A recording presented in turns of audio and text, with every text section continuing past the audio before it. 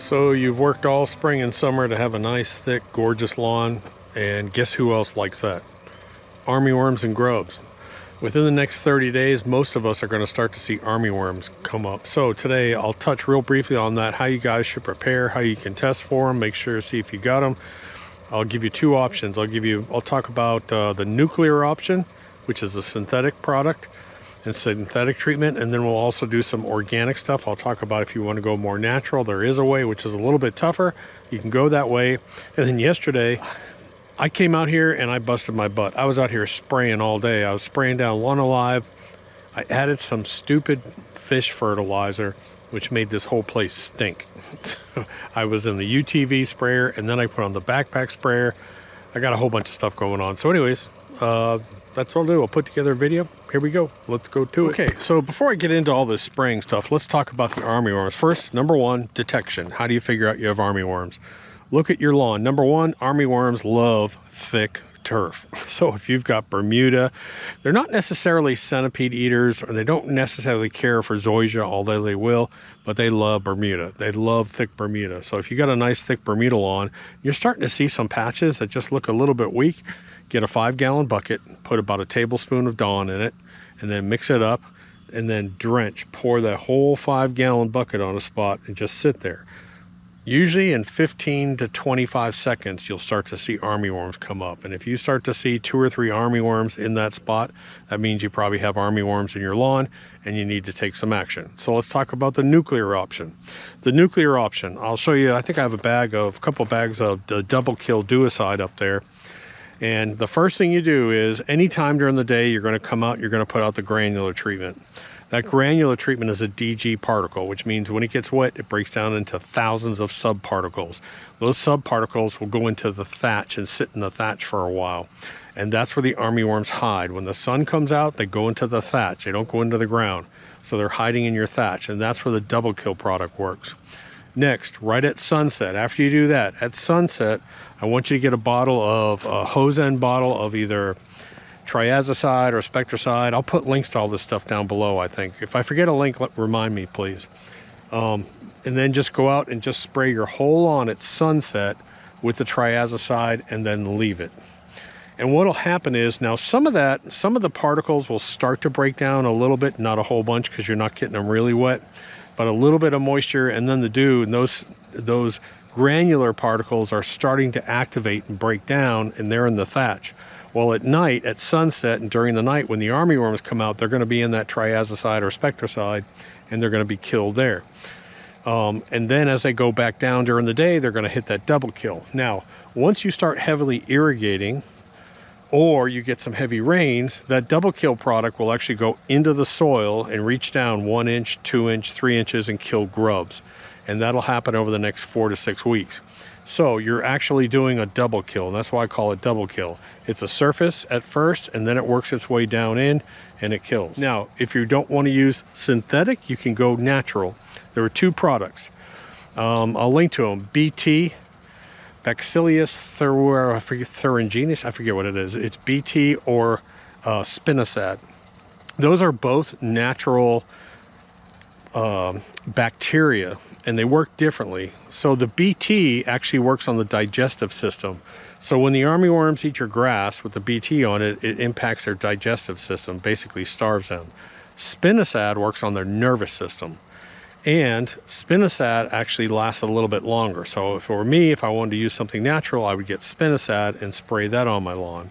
Spinosad, now Spinosad also has a tendency, if you put it on while the lawn is dry, it has a tendency to sort of bond to the actual blades of grass. So even if it rains, it'll still have some presence. But you got to understand, if you start to get some heavy rains, that stuff is going to be gone. So there really is no residual lasting effect once it gets wet. Spinosad does have some bonding where it can actually penetrate a little bit into the blade of grass. And it works on the nervous system, not on the digestive. Personally, I like Spinosad. Spray the Spinosad out. It's more natural. It's considered organic, and you can take care of your armyworms that way. It's not going to be as effective as the nuclear option, but if you don't want to put down anything synthetic, then use the Spinosad. Oh, UPS just showed up while I was down here, and look what I got. I'm so excited. I got, so when the Voyager came in, the robot, the huge robot, the world's largest robot, it came in with standard blades, and then the dealer, I asked him to send me high lift mulching, and I want to try the last one that they make is a high lift blade. Holy cow, dude. That is absolutely gorgeous. Now that's a robot lawnmower blade. Look at that high lift on there. Dude, holy cow. That is a beautiful blade. Sadly, between the deer tearing it apart and the, what is it, cob worms. See that little action right there? That's from a worm. But ambrosia sweet corn, we're not going to get much out of the field this year, but man, let me tell you what, there's a little one right there. It is so good. Oh, this is just milky and sweet ambrosia hybrid. Very expensive. Next year I'm going to plant some in that protected garden and then put dent corn out there for the deer. Alright, so I have one tip that wasn't spraying right. So I've cleaned out, it has a little screen and then the spray tip. So see if that works.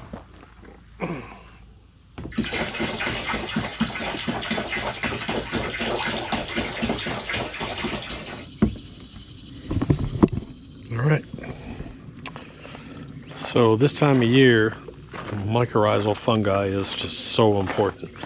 I was going to put in this fish fertilizer instead of throwing it away because I'm not using it, but I'm concerned. I've got the fine tip spray nozzles on here, and I'm really concerned that I'm going to waste a whole bottle of Lawn Alive and get plugged up nozzles if I do that. What I might do is dilute some of it in a bucket and then put it in, because I'm sure it'd be great for the lawn. All right, so I got 25 gallons in the tank, and I'll get some of that stinky fish oil off of here. Ooh, it stuff stinks. So I got a funny story for you.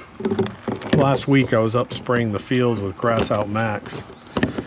And yes, I have washed out this tank thoroughly. And apparently John used this UTV to haul garden waste over to our dump site. And so when he filled up the bed, he went over to the dump site and he tilted it out. So unfortunately, when he closed this back dump, it wasn't snapped all the way. I had this tank full and I started to back out and the whole thing flipped. And I had to jump up and I had to push so hard on this. I mean, dude, that's 25, what's 25 times 8? That's a lot of weight in that tank. And the thing, I was like, oh my gosh. So here's something else people don't think about. I was spraying Grass Out Max on all my fields in this UTV. And that means that my tires probably have Grass Out Max on it. So if you ever do something like that, spray a product like, whether you're using Glypho or Grass Out Max, whatever, and then you're going to take your sprayer somewhere else, make sure you really, really, really wash your tires well, because that rubber will hold that product, and then when it goes over the wet grass, it'll actually release that product onto the wet grass. I've done that, I've made that mistake. That's the only way I know. Does not fit in my John Deere UTV, by the way. It's not wide enough, so I use this one. It actually works out perfect.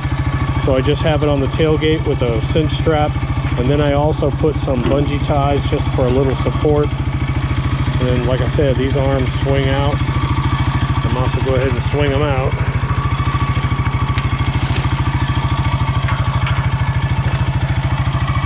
And get a nice wide spray pattern going. So anyways, let's go do a test run.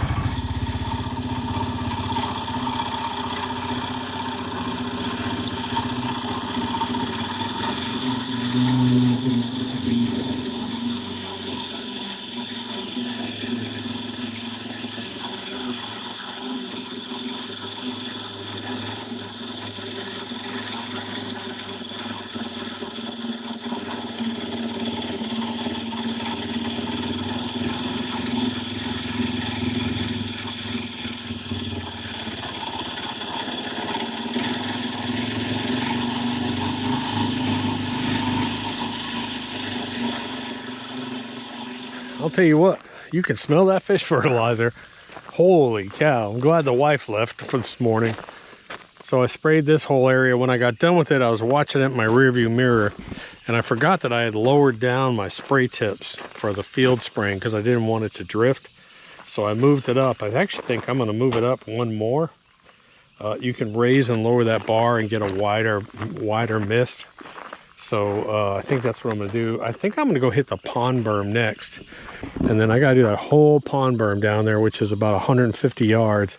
Then I'm going to come back and spray this area and just keep spraying until I'm out. It's basically just nitrogen and organic matter and mycorrhizal fungi at this point. I finally found something that smells worse than Milorganite.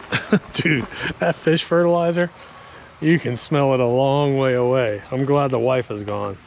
So now what I'm going to do is whatever I've got left, I'm going to put in a bucket, and I'm going to put it in my backpack sprayer, and I'm going to spray the front and back lawns. I don't want to ride this thing over those lawns. It'll end up damaging the lawn. So empty it in here and spray it out. Oh man, I hate these backpacks. Feels like I'm back in the Marine Corps, dude. This thing weighs probably, what, 40 pounds, 35 pounds? So anyways, I got the rest of it in my backpack sprayer. Now I'm going to spray the lawn. And I actually have some new seed. And mycorrhizal fungi is actually really good for new seed. So now if you have any bug issues, again, I could throw some bug stuff in here too. But I think I'm good out here right now. So let's start here.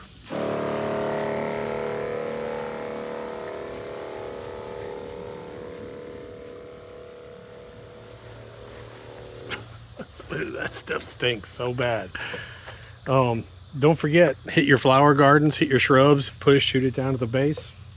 And then as soon as I'm done here, I'm going to run the irrigation. I don't want this sitting on the grass. I want it in the ground. So this one's empty. That's the Spinosad. And this is OMRI listed, which means it's approved for organic vegetable gardening. So this is a natural killer. Controls worms and caterpillars, provides excellent control. So this right here, when they eat it, actually impacts their nervous system. And it lasts a little bit longer than the BT, so that's why I recommend that. The granular, I actually have some, excuse the fan noise, I actually have some of the double kill in stock here. This is the double kill I recommend. That's the granular. And then you'll just get a hose-in sprayer with a Spectracide or Triazicide, bug and lawn killer. Spray that, man, you'll wipe them out. Now, here's this thing, there's a cycle. So when you see these brown and white little moths in your yard, they'll lay eggs. They lay several hundred eggs, and then there's a cycle. I think it's about 28 days. Those eggs hatch and you get another round. So if you find armyworms in your lawn, go ahead and do a treatment. And then about 4 weeks later, come out again with another bottle of the Spectracide or Triazicide right at sunset and hit it again. So anyways, lots going on here. Dude, everything is growing green. It's crazy. So that's about it. Hope you enjoyed it. Doc.